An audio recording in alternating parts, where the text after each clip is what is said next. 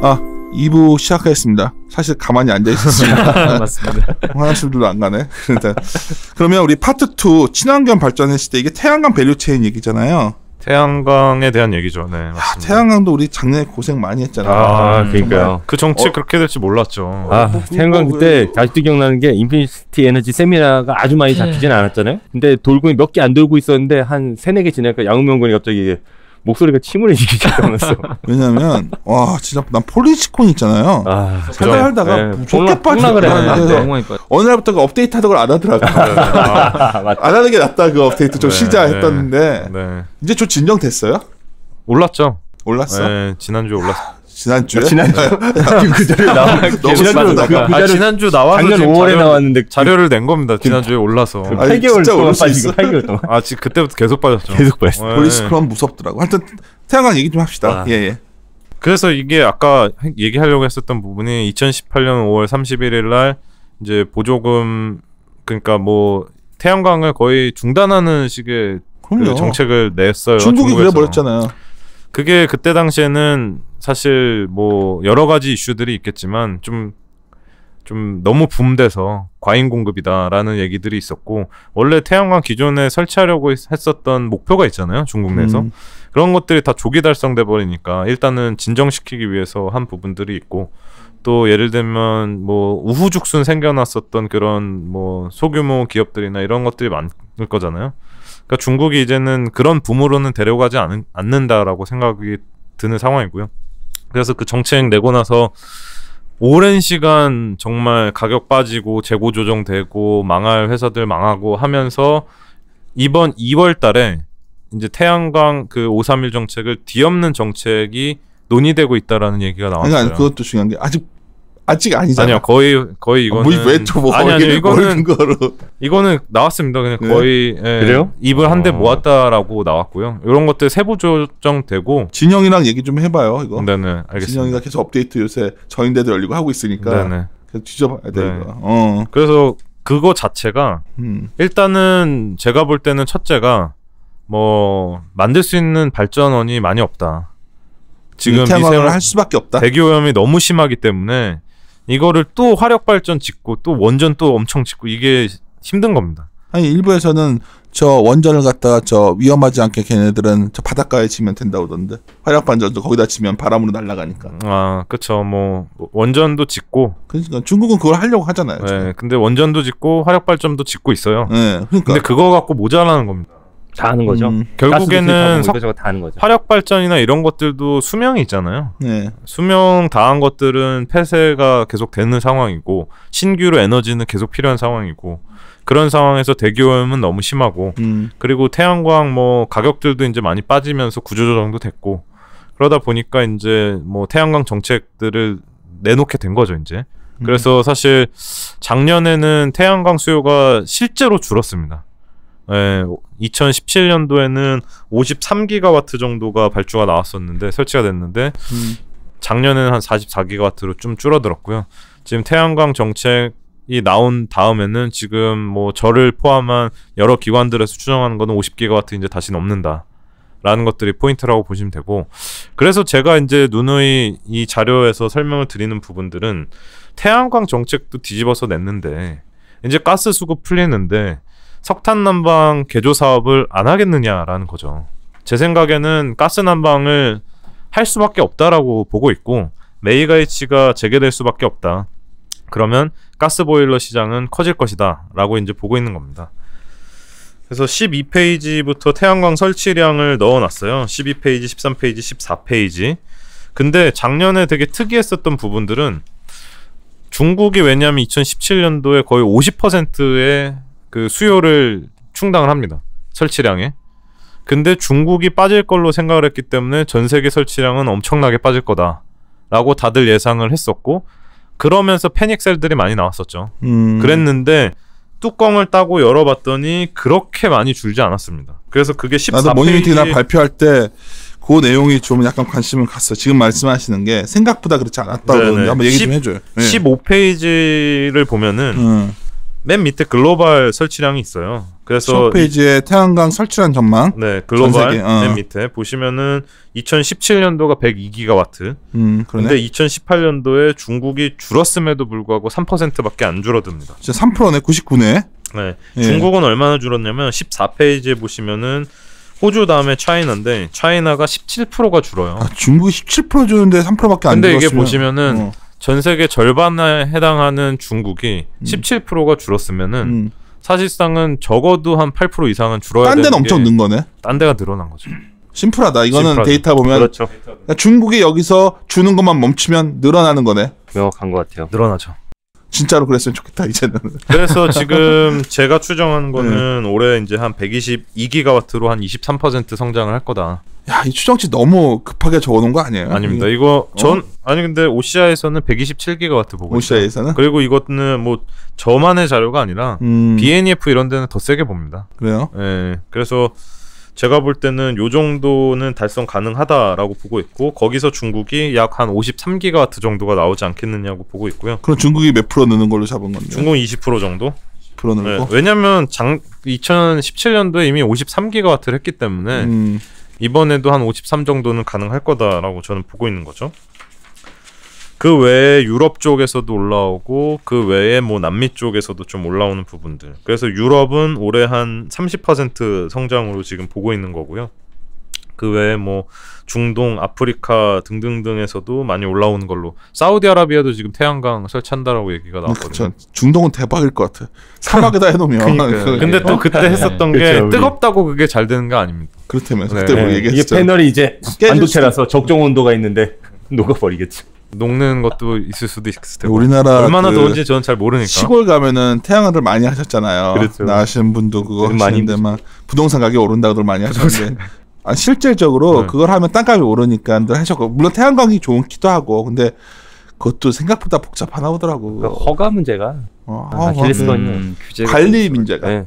관리도 어렵고 관리도 어렵고 막 골치 아프죠. ESS 폭발도 있었고 한 잔에 장기 계약을 해야 되는데 그걸 한 좀 됐는데 그 예찬론자가 한분 계세요. 내 친척분이. 근데 막 설명해 주다가 가만히 들어보니까 내가 하나만 물어봤어. 나한테 뭘 상담을 하셔서. 근데 모든 비즈니스라는 건 결국 관리의 부분이 코스트가 생각보다 더 들어가면 이게 네네. 한전에서 계약을 장기 계약을 해서 좀 싸게 해서 이렇게 뭘 하는데 비용이 계속 들어가나 보더라고. 그렇겠죠. 예. 그리고 그 생각보다 약하나 봐. 발전량이 효율이 지금 실제로 운영을 하고 계신 거죠. 알고 있지. 그래서 이제 요즘 뭐냐면 그 시골에 있는 땅 같은 게 그걸 하면 땅값이 일단 올라가니까 그 산 중턱 있잖아요. 이렇게 세놓으면 근데 한 좀 되셨는데 뭐 어떤 분을 막 설득을 하는 거야. 그것도 하시라고. 그게 그랬더니 하다가 그분이 이제 알아보다가 뭘 물어보는데 둘이 대화하는 거 들어보니까 그러니까 이거 괜찮은 비즈니스예요. 괜찮은 비즈니스인데 모든 비즈니스는 참 공이 많이 들어가는 거야. 손이. 그렇죠. 그렇죠. 마찬가지. 그리고 또 문제가 미세먼지가 있으면 그게 똑같아. 그게 다 끼면 효율이 그 생각보다 효율이 안 나죠. 안 나오죠. 그래서 우리나라는 쉽지 않은 겁니다. 그런 말 하지 마. 그분들 얼마나 하시는 분들은 그런 말 엄청 혹시 들을까 무서워 지금. 근데 아니 꽂히신 분들은 이게 이제 생각만큼 그게 안 나오나 봐. 이게 그러니까, 정말로 유세님 말씀대로 태양광 사업은요. 엑셀에서 계산하면은 뭐 1년에 투자금 대비해서 70% 80% 봅니다. 엑셀에서만 계산하면. 그게 틀린 말은 아니야. 그 사업 해주면 근데 이게 밖에다 그래서 제가 이런 표현을 쓰시더라고요. 오랫동안 과수원을 하셨던 분이어서 과수원 같은 게 하는 게 너무 짜증나는데 사과 비 오면 떨어지고 뭐 에이씨 막 욕을 하시면서 비슷한 점이 있다니까 이게 비슷하다. 신경이 엄청 쓰인다더라고. 그쵸. 뭐 거기 닦아줘야 되고 또 효율 내려면 물 청소해야 돼요. 사람들. 그러면 인건비가 들어가. 인건비. 그렇죠. 인건비 들어가죠. 예상치 못했던 그런 것들이. 그리고 갑자기 또 산으로 가네. 그렇죠. 뭐 그래서 태양광 설치량이 올해 늘어나니까 사실 태양광 쪽은 좋을 거다라는 게 이제 뭐 아이디어라고 보시면 될 것 같고요. 그걸 토대로 해서 폴리실리콘이나 이런 것들을 이제 넣어놨고 일부분 중요한 것 같아요. 보면 이제 지난번 저희 작년에도 이제 문제가 이거였잖아요. 태양광 설치량도 설치량인데 우려하시는 분들은 폴리실리콘 셀 이런데 모듈 이런데 재고가 많다. 이런 문제는 좀 어떻게 됐습니까 요즘에? 뭐 재고는 사실 많이 이제 줄어든 것 같고요. 네. 근데 폴리실리콘 재고는 여전히 많아요. 아, 그거는 내가 태양광이 이게 참 문제야. 이 공급이. 네, 과잉 공급입니다. 과잉 공급이야. 네. 뭐 왜 솔직히 말을 안 해주고 왜 말을 흐리는 거야? 아니요, 폴리실리콘은 예전 대비해서는 많이 많이 해소됐어요. 근데? 그러니까 예를 들면 악성 물량이라고 그러죠. 네, 그런 재고떨이 해야 되는 물량들은 다 많이 너무 캐파를 늘려놨던 것 같아. 글로벌하게. 붐이었으니까. 그러니까 이게 그 공장들이 망해가지고 닫아버리고 이게 많아지면 좀 풀릴 텐데 지금 망하고 있습니다. 망하고 있어? 예를 들면은 뭐 국내 쪽에서도 KCC가 말해도 되는 거지? 아, 지금 뉴스에 다 있어요. 폴리실리콘은 좀 안 좋은 상황인 거고, 그리고 뭐 한국 폴리실리콘이라는 회사도 작년에 매각이 이미 됐는데 비즈니스 영업이 안 한다라고 얘기가 나왔고, 그리고 네. 글로벌하게 많이 닫아야 되는 것 같아. 왜냐하면 이게 전기세가 많이 들거든요. 폴리실리콘을 만드는데 원가의 상당 부분을 차지하는데 우리나라는 전기료가 비싸잖아요. 그러니까 우리나라에서는 사실 원가 절감이 쉽지가 않습니다. 어떻게 보면 반도체 만드는 공장은 비슷한 거죠. 네, 그렇죠. 그렇죠. 네. 전기 많이 사용하고 보조료 많이 들고. 그리고 뭐 또 얘기가 나와서 말씀드리면 노르웨이 회사인데 공장이 미국에 있어요. 그게 REC 실리콘이라고 상장 회사입니다. 네, 근데 미국이 세이프가드 조치 있으면서 관세도 있고 뭐 이러저러한 문제들로 못 버텼겠네 그러면. 네, 문 닫았습니다. 파이낸스 같아. 아, 그러겠네. 세이프가드 막혀버리면 얘들은 그냥 못 간신히 버티고 있었는데 그냥 닫아버려야 되는구나. 네, 닫았습니다. 그래서 그게 폴리실리콘 캐파가 한 2만 톤 정도 됐었는데. 그게 어느 정도 규모예요? 제 추정치는 지금 일단 1만 톤 줄이는 걸로 했었는데 전체가 아마 70만 톤. 그거 크네. 정도로. 엄청 큰 회사네. 70만 톤이 아니라 40만 톤. 엄청 큰 회사네 그러면? 캐파는 한 70만 톤 맞군요. 네, 70만 톤. 네. 근데 여기에 사실 원가가 되는 업체들이 그렇게 많지 않아요. 중구난방이기 때문에. OCI가 어때요? OCI도 사실 군산 공장, 그러니까 한국에 있는 공장은 원가가 조금 높습니다. 근데 말레이시아 쪽에 공장을 인수를 해서 도쿠야마라는 업체로부터 증설을 했거든요. 근데 문제는 이런 폴리에 아까 말했지만 제가 알기로도 폴리실리콘의 상당한 원가는 바로 전기료인데 그렇지 않아요? 전기료랑 감가비잖아요. 네, 그러니까 뭐 그런 것들. 근데 전기료라는 게 말레이시아 같은 데가 싼 거야? 말레이시아가 중국 그 뭐 내몽고 지역처럼 싸다고 합니다. 우리나라 원래 폴리가 내몽고가 강점이 있다. 네. 싸서. 네. 정세구나 그리고. 그래서 중국이 내몽고에다 지금 짓고 있어요. 그건 저도 알아요. 네. 그래서 그것도 고민인 거야. 네. 그렇잖아. 사실 거기 또 지으면 거기 가격 경쟁에서 또 싸우겠다. 그러니까 들으면서 아직 고민 좀 느낌. 그러니까 LNG는 나도 굉장히 동의하는데, 야 태양광은 잘 썼는데 이게 너무 캐파들이 여전히, 그러니까 LNG는 만들어놓고 옮기는 거 인재 인프라 만들고 있거든. 이거는 밸류체인은 다 돼 있어. 태양광은. 근데 아마 그 캐파 증설이 거의 올해로 1단락이 납니다. 태양광도. 없어져야 되는데. 그러니까 더 이상의 증설. 근데 태양광 수요는 늘어나고 있으니까. 이게 그런 것 같아요. 이게 한 10년 전에 한창 태양광 열풍 불 때 그리드 패러티가 온다. 10년 전에도 5년 전에 있었나요? 15년 전. 그리드 패러티가 온다 하고서 막 열광했었는데 그리드 패러티가 오긴 왔어요. 근데 되게 슬픈 이유로 왔어요. 왜? 과잉 공급이 돼서. 근데 이거야. 어떤 제품이 공급돼서 싸게 반도체도 그렇잖아요. 그렇죠. 공급돼서 내려와서 큐가 많이 늘어나면 돼. 큐가 엄청나게 늘어난 거죠 지금. 그렇죠. 이 정도 큐 갖고는 안 되지. 더 늘어나야 돼요? 당연하지. 지금 늘어나고 있죠. 제가 왜냐하면 2020년에 17% 또 성장을 보고 있거든요. 그렇네요. 그러니까 이 만들어낸 이 캐파에 비해서는 그 정도 되면 근데 상당히 많이 그러니까 그 정도가. 그러니까 제가 인피니티 에너지에서 추정했었던 게 그 추정은 빗나갔어. 아니 그때 저도 숫자 기억납니다. 중장기적인 태양광의 심플한 수요를 제가 숫자로 추정을 했었던 적이 있거든요. 전기 수요가 약 매년 2에서 2.5% 정도 우리 야영명 의원이 수학과 출신이어서 이런 추정을 굉장히 좋아하는데 유모대야. 그래서 그때 추정했었던 게 145기가와트 정도가 심플하게 늘어날 수 있다는 건데 그게 2020년에 이건 늘어나는 건 맞네. 그건 맞네. 늘어나겠죠. 근데 가격이 폴리실리콘 가격은 왜 저 모양이냐는 거지. 내 말은 계속. 그게 왜냐면 더 문제는 원가 이하로 계속 팔아야 되니까 난 OCI가 원가가 나오냐는 거야. 근본적인 질문. 4분기에도 600억 적자가 났죠. 폴리에서만. 그러니까 그 말을 하는 거야. 뭐 우리가 적어놨지만 솔직히 이게 제가 네모고 얘기했어요. 몽고에서 걔네 생산해버리면 거기 전기료도 완전히 원가는 엄청 훨씬 낮은 것 같더라고. 원가도 낮고 그 다음에 이제 감가상각비 얘기를 했었는데 이게 짓는데 과거에는 10,000톤당 거의 뭐 돈이 많이 들었어요. 그러니까 그때 OCI 예전에 2010년도 때 엄청 새로 짓고 할 때는 돈이 진짜 많이 들었는데 뭐 1조 막 이렇게 들었습니다. 10,000톤 짓는데. 근데 지금은 거의 뭐 절반도 안 되는 것 같아요. 이게 동양제철학이잖아요. 네, 동양제철학. 인천에 있었잖아. 인천에 있죠. 땅 팔아서 진 거야. 동양제철학 2007년에 영웅주연. 그 땅 다 팔아서 진 거야 이게. 내가 봤을 때는 다 팔진 않았지만 정말. 네. 이제 좀 남은 거 아파트 지으려고 하고 남은 거 정말 이만큼 남은 거 아파트 지어서 인하대 앞에 그 짓는 거예요. 이 내가 인천하기 용현하기 이게 그렇게 연결된 스토리인 거예요? 그거예요. 네. 그게 공장부지에 공장부지. 와, 진짜 그 인천에 그 땅을 팔아서 여기다 나라를 위해서 쓴 기업가 정신을 한 거야. 근데 지금은 이제 그 마지막 짜투리 땅이 갑자기 하나의 엄청나지도 않아. 엄청나진 않아요. 부동산이 사실 요즘도 안 좋아. 힘들었어. 타이밍이 좀 안타깝다. 형무랑 저번에 얘기했는데 그 인하대 앞에 병원 건물 있고 내가 그 스토리 몰랐네. 갔었지 우리가 거기를 갔었지. 근데 이제 굉장히 깨끗하고 좋아졌는데. 맞아요. 막상 내놨는데 또 부동산 경기가 이렇잖아요. 근데 하여튼 OCI는 대단한 그룹이에요. 왜냐하면 그 당시에 아까 그 정도 돈 써서 캐파 공장 만들었던 건데 동양제철학까지 거슬러 올라가는. 그래서 뭐 지금 내몽고 쪽은 사실 뭐 그것도 그렇고 인건비도 좀 덜 들고 인력도 거의 절반밖에 안 든대요. 이게 효율화가 되어 있어. 공장도 이제 옛날에 비해서 훨씬 캐파 증설비용이 적게 드는군요. 이게 또 다르다. 그래서 이 통웨이 그 두 번째 폴리실리콘 캐파전만 중국에 통웨이 용시항이 통웨이가 있잖아요. 중국이구나. 네, 얘네들이 폴리머는 애들이 아닌데 이게 내몽고 쪽에 지금 이게 원가가 엄청나게 낮아요. 이게 들어오면 그러니까 또 폴리를 가격 건드는 거 아니야? 이게 너무 많이 증설을 이미 한 겁니다. 작년에 뭐 5만 톤 증설 얘기가 나왔었는데 이게 뭐 밀렸는지 안 밀렸는지는 봐야 되겠지만 어쨌든 얘네들이 원래 2만 톤 규모였는데 거의 10만 ton 규모까지 늘리는 겁니다. 내가 이건 어떻게 생각하냐면 우리 반도체가요. 우리 한국이 반도체 하고 있어. 갑자기 저기 중국에서 반도체 이만큼 만들어가지고 싸게 공급해버리는 거야.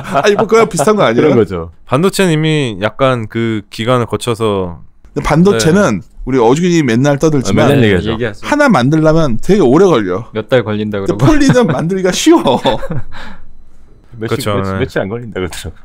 뭐 그렇겠죠. 뭐 톤 단위로 만드는 거니까. 오늘 열심히 그래도 이런 게 반영해서 주가가 이랬던 거고. 근데 지금 중요한 거는 일단 캐파가 많아 보이지만 실질적으로 원가를 맞춰서 지금 가격에서 이익을 내는 구조는 내는 기업들은 거의 없어요. 그러니까요. 네, 그래서 일단은 제가 하나케미칼은 회사 측 제가 이제 자료에도 썼는데 거기서 얘기하는 가격은 상당히 또 높습니다. 그러니까 하나케미칼도 폴리캐파 여기다 넣어놨거든요.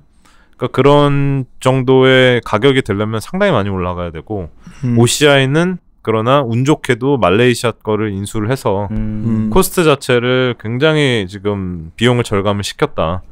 그래서 2020년도가 되면은 거의 2016년도 대비 거의 20% 이상 원가가 낮아집니다. 그래서 그걸 토대로 추정을 해볼 때는 토탈 코스트 자체가 제가 볼 때는 한 11불 정도 될 것 같아요. 11불. 근데 지금 물론 9불이긴 하나. 그래서 제가 볼 때는 뭐 OCI가 돈을 버는 구조 그 가격 레인지까지는 적어도 올라가야 되는 게 정상이다라고 보입니다. 나머지 기업들이 이거를 계속 적자를 보면서 만들 수가 없어요. 그러니까 지금은 너무 비정상적인 거죠 지금 사실은. 비정상이 너무 오래되니까 이제 이게 비정상이 정상인가 헷갈리기 시작했지. 그래서 지난주에 한번 올라와서 지금 자료를 쓴 겁니다. 또 오를까 해서. 어떤 느낌이면 2007년 8년 이럴 때 반도체 산업 이제 공부하는 느낌이야. 그때가 약간 계속 끝없이 폭락하고 이제 막 몇 년 걸렸나요? 그래서 저 하이닉스 망할 뻔하다가 그때부터 이제 인수돼가고 다른 데들이 망하고서 끝났지. 다 망하고 끝났죠. 그건 그렇고 나머지들 뭐 여기 보시니까 셀이나 모듈도 있는데 이건 어때요? 이것도 어차피 셀 모듈도 증설이 이제 되는 거고요.